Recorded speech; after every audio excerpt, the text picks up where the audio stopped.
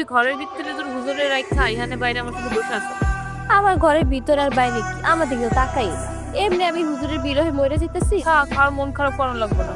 ওই যে দেখ তোর হুজুর আইতেছে। দাঁড়া আজকে মজা দেয় দেখ। আসসালামু আলাইকুম। কিছু কইবা সেতু? ও এই কাম এমন ভাবে কইছিলি, আমি তো আসলাম আজকে তুই হুজুরের ধাক্কা মেরে ফেলাবি। এইসব কি কও? তো ফালানোর সময় কিছু লেগেছিল কি? আমি গেলাম। দেখ তাইটা ডরাই তাই তো দিতেছি। হ্যাঁ আন্দারে আইতেছে, চল তো বাইতেছে। সরি।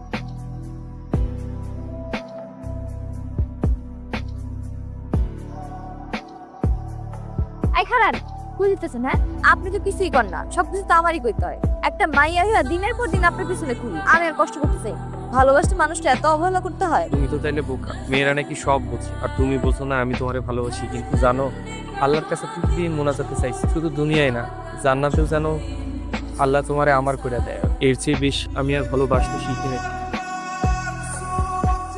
আপা ভাইজানকে দেখছেন না? তো কেন হাই কই গেছে? ভাইজান তো বাড়ি ছেড়ে চলে গেছে। আমিও তো বাস্তবতা থেকে পরে ওদিকে খুঁজতে গেছিলাম, কিন্তু আর তো পাইলাম না। তা হাই বাড়ি থেকে চলে গেছে কেন? চাচা জানের লগে রাগ করে চলে গেছে। আইসা তুই পাইলে আমার একটু খবর দিস। আইসা আমি যাই। এই হ্যাঁ আশরাফ ওর দেখ আমি তোর বাচ্চা আসছি।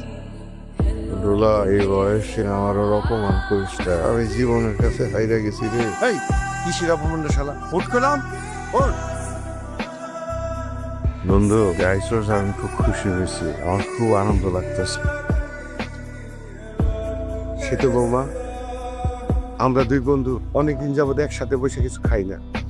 তুমি ইফতারি তৈরি করো, আমরা দুই বন্ধু তোমার হাতের ইফতারি খাবো। চল বন্ধু বাইরে যাই।